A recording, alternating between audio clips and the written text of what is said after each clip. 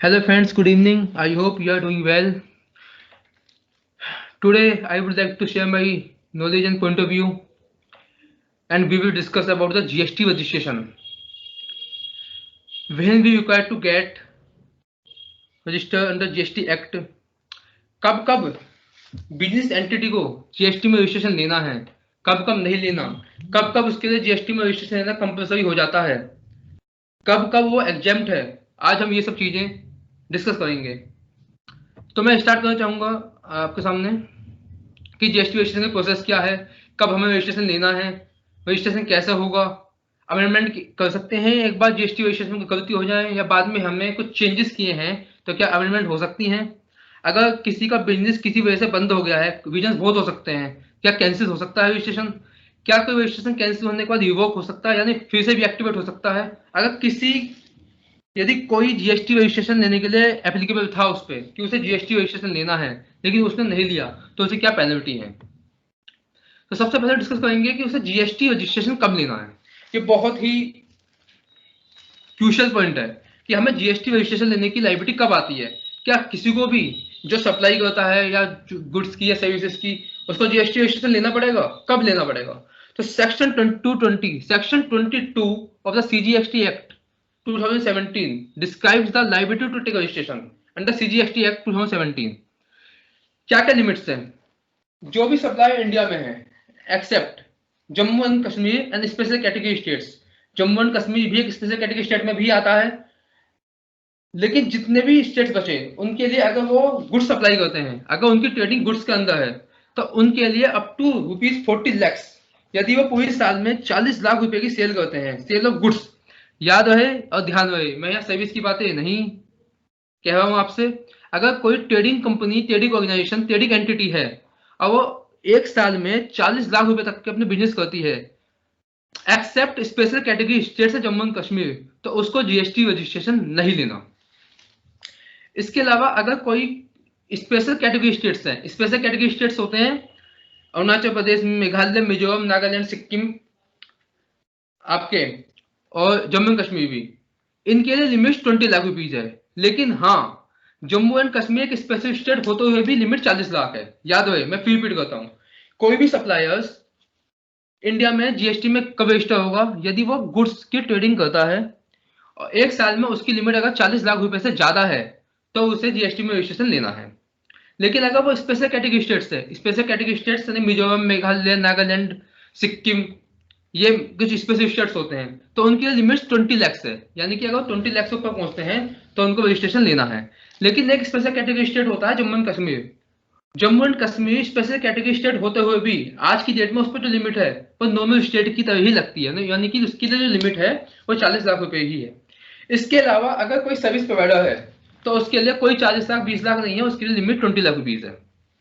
तो service provider case में वो 20 लाख रुपीज ही आपकी लिमिट, कोई चेंज पहले की बात ही नहीं हुआ है क्योंकि 1 अप्रैल 2019 से चेंजेस हो गए थे, ये लिमिट डबल हो गई थी। लेकिन सर्विस प्रोवाइडर केस में वो 20 लाख और स्पेशल कैटेगरी के स्टूडेंट 10 लाख की ही लिमिट कंटिन्यू रहेंगी। अब बात यह आती है कि हमें टर्नओवर, ये 40 लाख के टर्नओवर, 20 लाख के टर्नओवर, 10 लाख के टर्नओवर काउंट करते टाइम हमें क्या क्या टर्नओवर में लेना है, क्या क्या टर्नओवर में नहीं लेना है। सबसे पहली बात, अगर किसी का एक पैन नंबर पे ही 8 रजिस्ट्रेशन है, पैन नंबर एक ही होगा किसी भी एक एंटिटी का, यदि उसके अलग अलग स्टेट में या एक ही स्टेट में या उसके 25 रजिस्ट्रेशन भी है तो लिमिट टोटल ही काउंट होगी। यानी कि ऐसा नहीं हो सकता हर स्टेट के लिए या हर रजिस्ट्रेशन के लिए एक ही पैन नंबर पे 40 या 20 लाख की लिमिट काउंट होगी। वो लिमिट जो काउंट होगी आपकी वो सभी कंबाइंड बेसिस पे होगी। तो अब एग्रीगेट टर्नओवर सेक्शन 2 सबसेक्शन 6 क्या डिफाइन करता है कि टर्नओवर काउंट करते वक्त हमें सारी टैक्सेबल सप्लाई देनी है, एग्जेम्प्ट सप्लाई भी है तो वो भी टर्नओवर में काउंट करनी है, यदि कोई हमने एक्सपोर्ट भी की है गुड्स की सर्विसेज की वो लेनी है, हमारी ब्रांच ट्रांसफर भी सप्लाई मानी जाती है वो भी लेनी है। इसके अलावा अगर हमने किसी प्रिंसिपल के बिहाफ पर सप्लाई की है वो लेनी है। लेकिन इसका अंदर हम वो सप्लाई नहीं लेंगे जिस पे हमने रिवर्स चार्ज मैकेनिज्म के अंदर टैक्स पे किया है, या फिर कोई जॉब वर्कर है तो उसके लिए जॉब वर्क की सप्लाई नहीं लेंगे, अब जॉब वर्क की वैल्यू नहीं लेंगे। यानी कि सारी taxable supply, exempt supply, inter states stock transfer, अगर डिस्टिंक्ट एंटिटी है तो सिंगल एंटिटी मानेंगे उसको भी, और प्रिंसिपल के बिहाफ पे सप्लाई कोई भी चीज होगी हम उसको टर्नओवर में काउंट निश्चित रूप से करेंगे। लेकिन रिवर्स चार्ज मैकेनिज्म में कोई हमारी इनवर्ट सप्लाई है, हमने उस पर आरसीएम पे किया है, जो कि हम उसे आउटपुट में दिखाकर उस पर टैक्स पे करते हैं रिवर्स चार्ज में, उसके बावजूद उसके होने के बाद भी हम उसे एग्रीगेट टर्नओवर में इंक्लूड नहीं करेंगे। कोई भी टैक्सेस, जो जीएसटी के जितने भी टैक्सेस होते हैं वो इसमें हम इंक्लूड नहीं करेंगे, और कोई भी जॉब वर्क की वैल्यू इसमें हम इंक्लूड नहीं करेंगे। इसके बाद अब आती है कि अगर कोई गोइंग कंसर्न बिजनेस है, कोई गोइंग कंसर्न बिजनेस है, तो उस केस में क्या रजिस्ट्रेशन लेना है? हाँ बिल्कुल लेना है, उसकी कोई एजम्पशन नहीं है, आपको कोई एजम्पशन लिमिट नहीं है। गोइंग कंसर्न बिजनेस, अगर किसी हमने अपना बिजनेस किसी और ने हमारा टेक ओवर कर लिया तो उसको रजिस्ट्रेशन लेना है। अगर हमारा बिजनेस किसी ने हाई कर लिया, कोर्ट का ऑर्डर आया, तो उसके कोई एजम्पशन लिमिट नहीं है, उसको रजिस्ट्रेशन लेना है। ये सेक्शन 222 में लाइबिलिटी आ गई आपकी कि आपको जीएसटी में रजिस्ट्रेशन कब लेना है। इसके अलावा कुछ केसेस होते हैं जिसमें आपकी लिमिट्स भी नहीं देखनी होती, यानी कि ऐसे कुछ कंपल्सरी केसेस हैं। Section 24 of the CGST act 2017 उसको डिफाइन करता है कि ऐसे कुछ पॉइंट्स हैं, ऐसे कुछ केसेस हैं जिनमें आपको रजिस्ट्रेशन जीएसटी का लेना मैंडेटरी होता ही होता है। जैसे कि आईएसडी, इनपुट सर्विस डिस्ट्रीब्यूटर, इसके लिए कोई भी टर्नओवर की लिमिट नहीं चेक होगी, इररेस्पेक्टिव ऑफ द टर्नओवर, इसको जीएसटी रजिस्ट्रेशन लेना मैंडेटरी है। एक व्यक्ति जो इंटर स्टेट सप्लाई कर रहा है, इंटर स्टेट यानी कि अगर मैं यूपी का हूं, अगर वो दिल्ली सप्लाई कर रहा है, तो उस केस में 20 लाख 40 लाख की लिमिट नहीं देखी जाती। अगर मैं यूपी का हूं और मैं दिल्ली 1 रुपए का माल भी सेल करता हूं, तो मुझे जीएसटी रजिस्ट्रेशन लेना है। याद रहे ये केसेस आपको लेना है, और ये गुड्स का केस में लेना है, ठीक है। अगर मैं inter state supply of services provide करता हूं, तो उसके लिए बाद में गवर्नमेंट ने एजम्पशन जो है हटा दी थी, यानी कि उसको एजम्पशन, उसको आपको कोई नीड नहीं है जीएसटी लेने की। यानी कि आप अगर inter state supply of goods करते हैं तो ही आपको रजिस्ट्रेशन लेना है। अगर आप inter state supply of services करते हैं तो 20 लाख की लिमिट आपकी काउंट होगी। कोई कैजुअल टैक्सेबल पर्सन है, कैजुअल टैक्सेबल पर्सन होते हैं आपके, जैसे ट्रेड फेयर्स। अगर ट्रेड फेयर्स लगते हैं तो ये बंदे आते हैं, ये प्रैक्टिस, ये आते हैं इंडिया में कुछ दिनों के लिए भी बिजनेस करते हैं और चले जाते हैं। तो कैजुअल टैक्सेबल पर्सन की तो कोई लिमिट नहीं देखी जाती, इनके लिए रजिस्ट्रेशन लेने का क्राइटेरिया भी डिफरेंट होता है, और इनको रजिस्ट्रेशन लेना ही लेना है। इसके अलावा कोई पहले से ही एक्ट में रजिस्टर था तो वो माइग्रेट हो गया था जीएसटी में, उसको रजिस्ट्रेशन लेना है। कोई व्यक्ति जिसको टैक्स पे करना है under the reverse charge mechanism, यानी कि वो चाहे आउटवर्ड सप्लाई ना करता हो, लेकिन उसकी सप्लाई जैसी है जो इनवर्ड वो देता है, उस पर वो रिवर्स चार्ज मैकेनिज्म के अंदर टैक्स पे करता है, तो उसको भी रजिस्ट्रेशन लेना है। कोई नॉन रेजिडेंट टैक्सेबल पर्सन है तो उसके लिए रजिस्ट्रेशन लेना मैंडेटरी हो जाता है। ये कुछ केसेस थे। इसके अलावा यदि कोई कमीशन एजेंट्स हैं, एजेंट्स होते हैं, एजेंट की डेफिनेशन दी हुई है एक्ट के अंदर, तो ब्रोकर्स एजेंट जो किसी प्रिंसिपल के बिहाफ पे माल सेल करते हैं, अगर एजेंट्स हैं जो कमीशन पेड होता है जिनको, उनके लिए कोई लिमिट नहीं है, उनको जीएसटी रजिस्ट्रेशन लेना मैंडेटरी है। कोई ई कॉमर्स ऑपरेटर्स हैं, जो भी ई कॉमर्स ऑपरेटर्स होते हैं, आप जानते हैं ई कॉमर्स ऑपरेटर्स आपके जैसे मेक माई ट्रिप, ये इटीसी, तो इनको रजिस्ट्रेशन लेना मैंडेटरी होता है। इसके अलावा कोई भी पर्सन नोटिफाइड हो सकता है गवर्नमेंट के माध्यम से जिसको रजिस्ट्रेशन लेना है। आप कुछ ऐसा भी होते हैं, कुछ पर्सन सेक्शन 23 में डिसाइड किए गए हैं जिनको जीएसटी रजिस्ट्रेशन नहीं लेना। यदि कोई एंटिटी सिर्फ एग्जेम्प्ट गुड्स एंड सर्विसेज या दोनों में ही डील करती है, यानी कि एग्जेम्प्ट गुड्स में भी एग्जेम्प्ट सर्विसेज में, या कोई एक एग्जेम्प्ट गुड या सर्विस, उसको रजिस्ट्रेशन लेने के लिए कोई नीड नहीं है। याद रहे और ध्यान रहे, person exclusively engaged in the supply of exempt goods service, यदि उसकी मेजर सप्लाई एग्जेम्प्ट की है, या यदि 1 रुपए की सप्लाई भी उसकी टैक्सेबल है और उसकी लिमिट 20 से 40 लाख तक पहुंच जाती है, तो उस केस में उसको रजिस्ट्रेशन लेना है। यानी कि जब उसकी टोटली एग्जेम्प्ट होगी तो ही नहीं लेना। यदि उसकी एग्जेम्प्ट और थोड़ी सी टैक्स में मिलकर भी लिमिट से ज्यादा हो गई तो उसको रजिस्ट्रेशन लेना है। कोई किसान है, कोई एग्रीकल्चर का काम करता है, कल्टीवेशन ऑफ द लैंड्स, तो उसको रजिस्ट्रेशन लेने की कोई नीड नहीं है। और कोई भी जीएसटी काउंसिल जो नोटिफाई करती है कैटेगरी ऑफ पर्सन, उनको जीएसटी रजिस्ट्रेशन लेने की कोई नीड नहीं है। जीएसटी रजिस्ट्रेशन का प्रोसेस क्या होता है, कैसे होता है? बहुत सिंपल, आपको जीएसटी रजिस्ट्रेशन लेना है तो किसी स्टेट में आप एक से ज्यादा रजिस्ट्रेशन भी ले सकते हैं। कोई व्यक्ति जो उस स्टेट में है वो अपना रजिस्ट्रेशन अप्लाई करेगा, वो जिस दिन लाइबल हुआ रजिस्ट्रेशन लेने के, जिस दिन उसे लग गया उसकी लिमिट सब ज्यादा जा रही हैं, उसको विद इन 30 डेज रजिस्ट्रेशन लेना होगा। वो उन्हीं टर्म्स एंड कंडीशन के बिहाफ पे जो रूल्स में प्रेस्क्राइब्ड हैं उनके हिसाब से लेगा। यदि कोई कैजुअल टैक्सेबल पर्सन है, नॉन रेजिडेंट टैक्सेबल पर्सन है, तो वो कम से कम बिजनेस स्टार्ट करने से 5 दिन पहले रजिस्ट्रेशन लेगा। Normal taxable person within 30 days from the person become liable to get registered under the GST act, वो 30 दिन में लेगा। कोई नॉन रेजिडेंट है या कैजुअल टैक्सेबल पर्सन है तो वो विद इन नहीं 5 डेज प्रायर, जिस दिन को बिजनेस स्टार्ट करना है तो उन्हें 5 दिन पहले बिजनेस स्टार्ट करने से पहले रजिस्ट्रेशन लेना ही होगा। इसके अलावा एक स्टेट में, हर स्टेट में नॉर्मली एक सिंगल रजिस्ट्रेशन दिया जाता है। पहले एक वर्टिकल के बेस पे अगर किसी का वर्टिकल डिफरेंट होते थे तो वो एक स्टेट में ज्यादा रजिस्ट्रेशन में ले सकता था, लेकिन वो अब जो क्लोज है वो चीज हट गई है। अब एक कोई भी एंटिटी एक स्टेट में एक से ज्यादा रजिस्ट्रेशन भी नॉर्मली ले सकती है।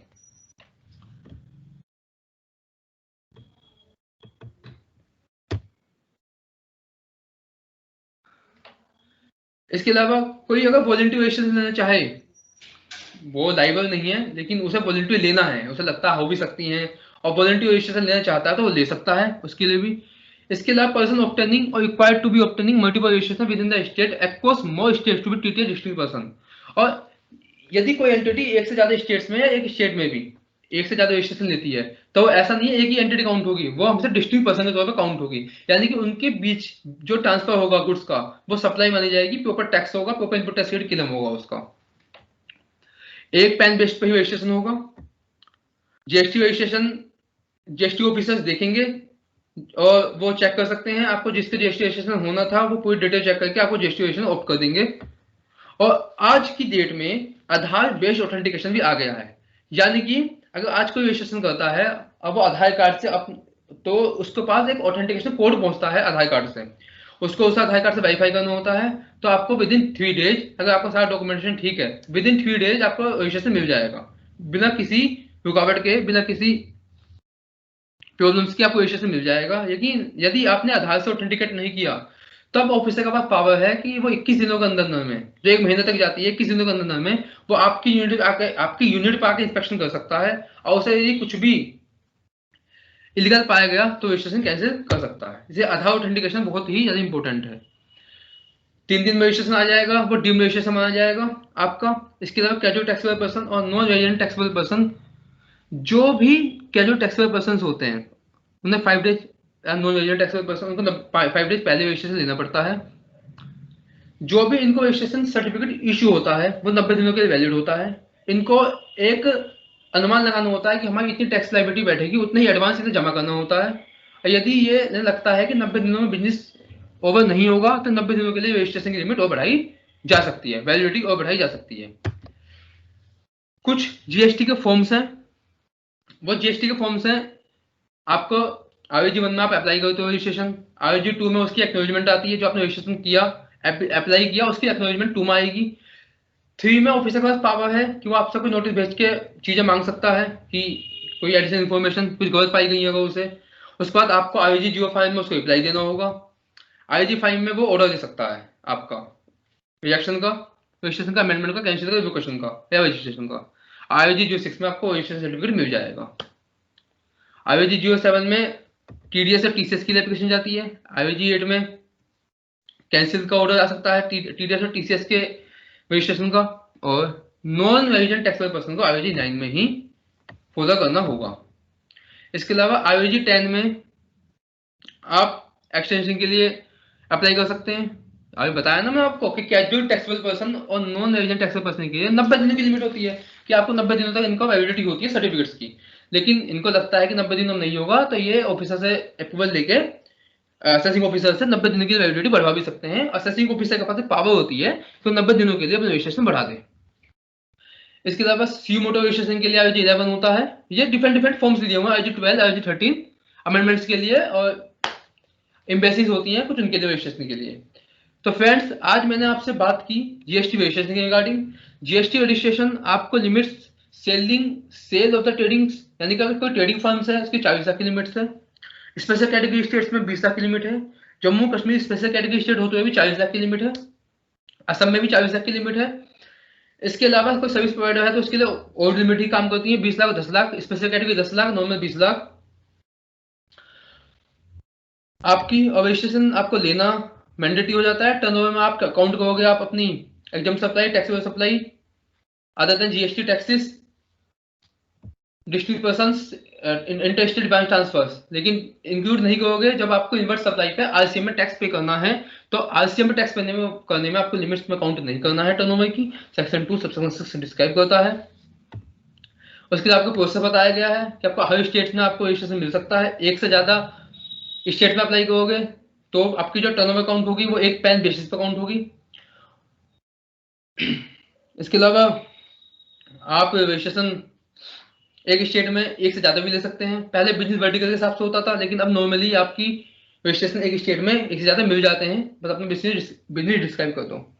उसके अलावा हमने कुछ फॉर्म से बात की आपकी, आईजी 1 से लेकर आईजी 13 तक डिफरेंट क्राइटेरिया के फॉर्म्स हैं, कई एप्लीकेशन के लिए, अमेंडमेंट्स के लिए, एप्लीकेशन के लिए, कैंसिल के लिए।